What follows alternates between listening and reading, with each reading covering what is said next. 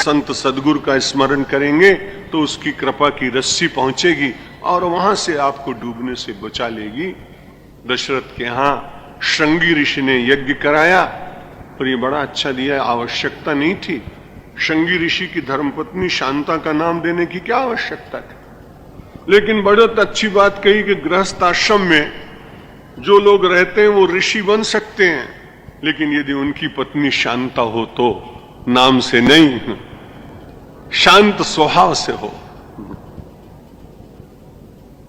क्योंकि मैं बड़ा विनोदी स्वभाव का साधु हूं, तो गुजरात के बहुत लोग आते हैं प्रणाम करने।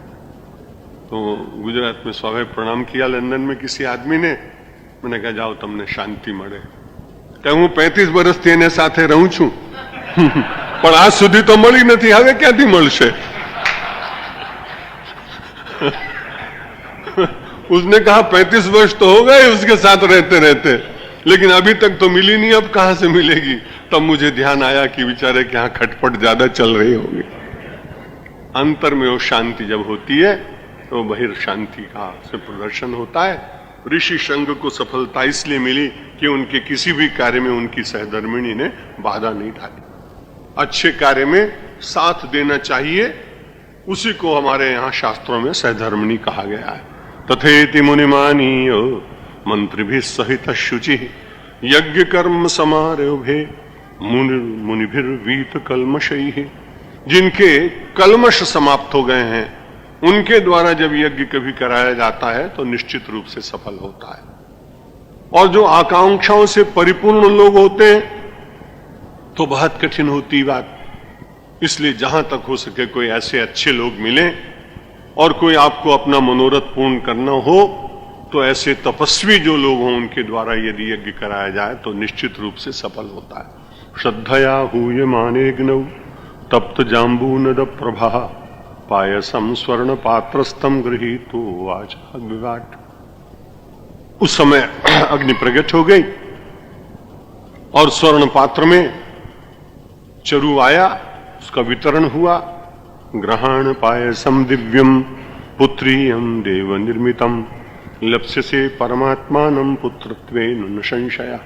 और अग्निदेव ने आशीर्वाद दिया कि इसको ग्रहण करो, और ग्रहण करने के बाद निस्संदेह रूप से तुम्हारी सभी इच्छाएं पूरी हो जाएंगे। वशिष्ठ ऋषि श्रृंगाभ्याम अनुज्ञातो ददौ हविः कौशल्यायै सकेकय्यै अर्धम अर्धम प्रयत्नता। कथा भाग है, आप सबको ज्ञात है। उसके बाद भगवान की बड़ी कृपा हुई और स्वयं अपनी इच्छा से और उन्होंने संसार में अवतार ग्रहण किया। मुझे ज्योतिष शास्त्र का बिल्कुल ज्ञान नहीं है, हमारे स्वामी स्वयं प्रकाशानंद जी को अच्छा ज्ञान है। मुझे तो पूरे राशियों के नाम भी याद नहीं, क्योंकि बचपन से ही ज्योतिष पर विश्वास मेरा कम रहा। रहना चाहिए था, शास्त्र है, पर भगवान के नाम पर इतना अधिक विश्वास हो गया तब मैंने कहा कि अगर भगवान कुछ करना चाहें तो वो तो हो के रहेगा।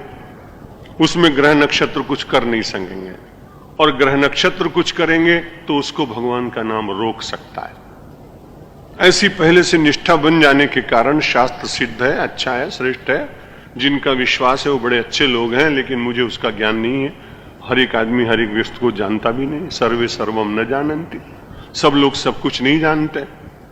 कई लोग ऐसे होते हैं कि सब कुछ कहते हैं कि हमें आता है, भाई अच्छे लोग होंगे। हम तो सोचते हैं कि जो ना आता हो लोगों को बता देने में इसमें कोई अपमान की बात तो होती नहीं, क्योंकि हर एक आदमी सर्वज्ञ कैसे हो सकता है। तो यहां पर उसका वर्णन किया गया है कि कौन से नक्षत्र में भगवान का जन्म हुआ। मधुमासे सिते पक्षे नवम्याम कर्कटे शुभे पुनर्वस ऋक्ष सहिते उच्चस्थे ग्रह पंचके। कल आप बताइएगा कौन से उच्च ग्रह होते हैं, मुझे मालूम नहीं।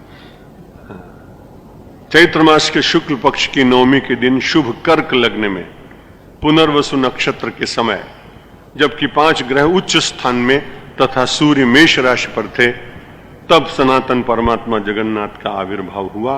मैंने इसमें से अनुवाद इसलिए पढ़ा कि मुझे इन नक्षत्रों का स्वयं ज्ञान नहीं है, और अब से कहीं गलत बोल गया तो फिर गड़बड़ हो जाएगा। मेषम पूषण संप्राप्ते पुष्पवृष्टि समाकुले आविरासी जगन्नाथ परमात्मा सनातन। भगवान प्रकट हुए जगन्नाथ, और जो स्वयं सनातन है परमात्मा वो प्रसन्न हुए। सुंदर उनका शरीर है, नीलोत्पल दल श्यामा पीतवाशा चतुर्भुजः जलजारुण नेत्रांत स्फुरत कुंडल मंडितः। स्वरूप का वर्णन किया गया।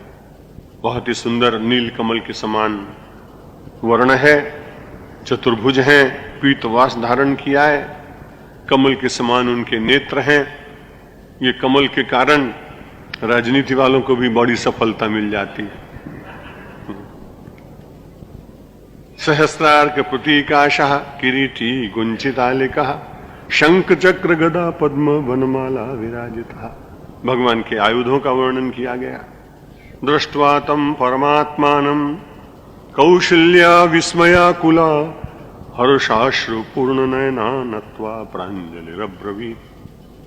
इस सारा दर्शन करने के बाद प्रणाम किया माता कौशल्या ने, और प्रणाम करने के बाद बोली, कौशल्या ने कहा, देव देव नमस्तेस्तु शंख चक्र गदाधरो परमात्मा अच्युतो अनंतः पूर्णस्त्वं पुरुषोत्तमः। पुरुषोत्तम मास में, और कैसी अच्छी बात है कि कौशल्या ने जो सबसे पहले भगवान का नाम लिया, उनको कहा कि आप पुरुषोत्तम। देव देव नमस्तेस्तु, मैं आपको नमस्कार करती हूं। आपने शंख चक्र गदा ये सब धारण किया है। बड़ी विचित्र बात है, आप कभी च्युत नहीं होते हैं, अच्युत है। अच्युत का अर्थ होता है अपने स्थान से जो कभी भ्रष्ट न हो, अपने स्थान से कभी हिले नहीं। गीता के शब्द में कह सकते हैं जो कूटस्थ हो। लेकिन वेदांत का कैसा अद्भुत ज्ञान है माता कौशल्या को। उसने कहा, महाराज आप हमारे घर में सचमुच पुत्र बनकर आ थोड़ी सकते थे, क्योंकि आप आ ही नहीं सकते। वास्तव में देखें तो आप तो अच्युत हैं। परमात्मा अच्युतो अनंतः, और आप अनंत हैं। और मनुष्य का शरीर चाहे कितना भी सुंदर क्यों ना हो, वो शांत है। शांत का अर्थ होता है अंत सहित, शांत नहीं, शांत। जो अंत सहित है तो अनंत शांत कैसे हो सकता है? साथ साथ वो प्रकारांतर से मानो हम सब लोगों को स्मरण दिला रही हैं कि भगवान का सगुण साकार रूप बिल्कुल सत्य है, लेकिन उस सत्य को स्वीकार करते करते जो परम सत्य है उसका विस्मरण नहीं होना चाहिए। क्योंकि भगवान की लीलाओं में केवल देखते देखते कभी ऐसा न हो जाए कि मोह जग जाए। और परमात्मा लीला करता है, इसलिए परमात्मा ने उन लीलाओं के द्वारा संपृक्त होता नहीं, वे घटनाएं उसको प्रभावित करती नहीं। और हम सब लोगों ने भी मन में विचार किया कि भगवान भी रोने लगे, भगवान भी बंध गए, अपन बंधन में पड़ जाए तो क्या तकलीफ है, तो बड़ी कठिनाई होगी। तो परमात्मा अच्युत है, वो कभी पतित होता नहीं, कभी गिरता नहीं, कभी कहीं से जाता आता नहीं।